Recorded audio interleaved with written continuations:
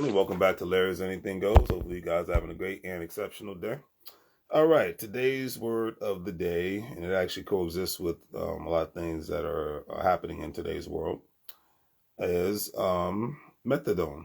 Stands for potent synthetic narcotic drug used in addiction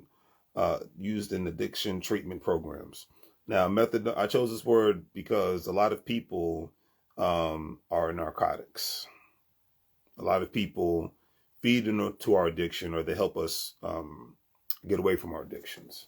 And I'd rather be around the people that help us get away from our addictions, unless those are positive addictions, like addictions of traveling, making money, becoming healthier, possibly even volunteering, being a better person in any manner, in any way. Then I would want you to be a methadone for me to feed me in that addiction. But when it comes to drugs, I don't do drugs. When it comes to even alcohol, I don't even drink barely as much as I used to anymore. You know, when it comes to just people in general, you know,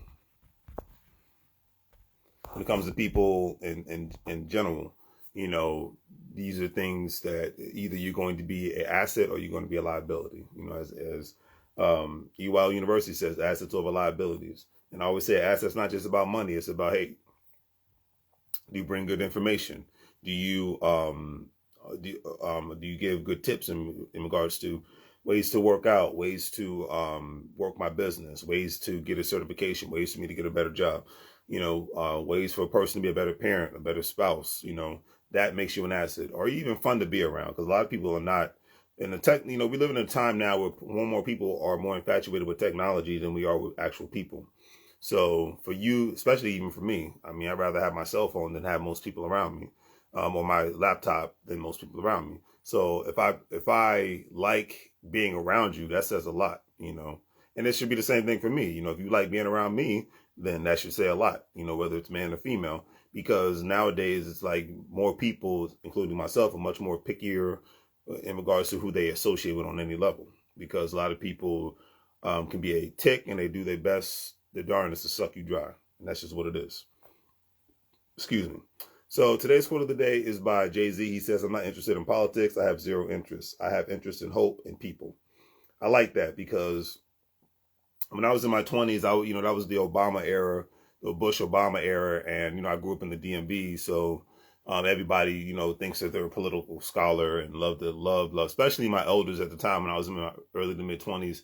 My elders at the time was really into talking about whether they were Democrat, Republican, or independent, talking about what's going on Capitol Hill, whether they liked the president or didn't like the president, who's running Congress, who's the governor. Just everybody wanted to be politically, astute and you sound so freaking intelligent and blah, blah, blah, blah, blah. And, hey, as a 20-something-year-old, I was a little bit more impressionable compared to how I am now at 40 years old. And I would buy into a lot of the political nonsense. But once I found out, especially probably in the last 5 years, it's like, okay, there's all economic decisions taking place here.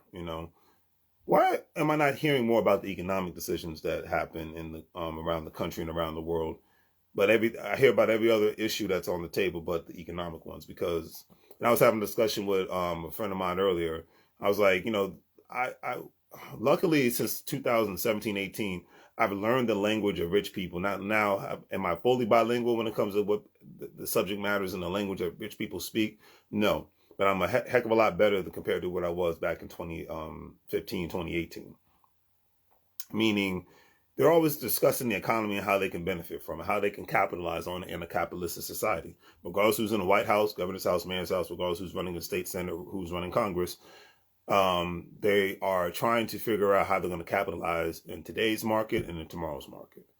But when you see a lot of times rich people talking or even politicians talking, regardless of what side that they're on, they're usually speaking about every other subject matter outside of what I just said.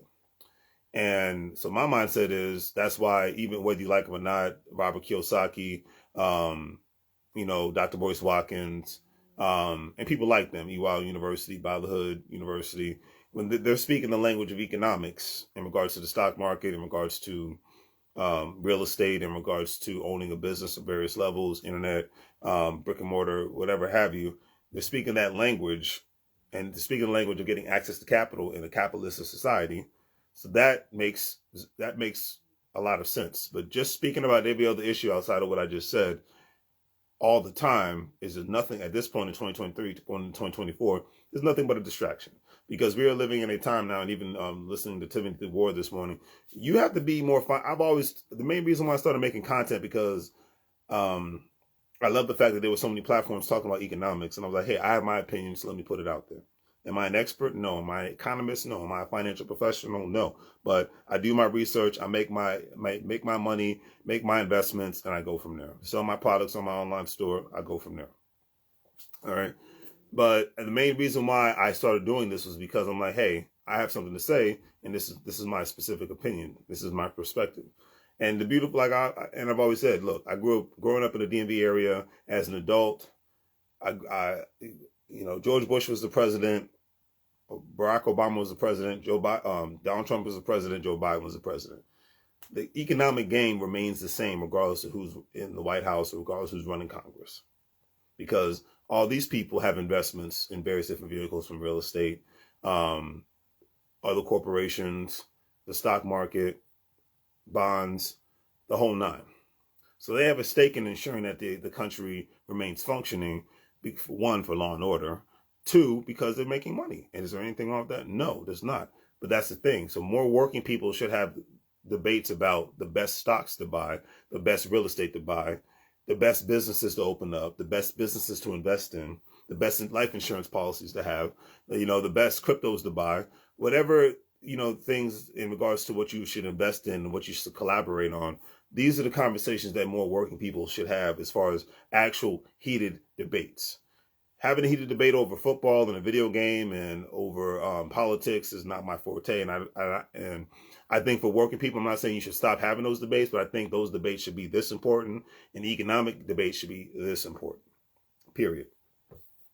Put the economic games in the same category as your family and your significant other, your kids, any loved ones that you may have.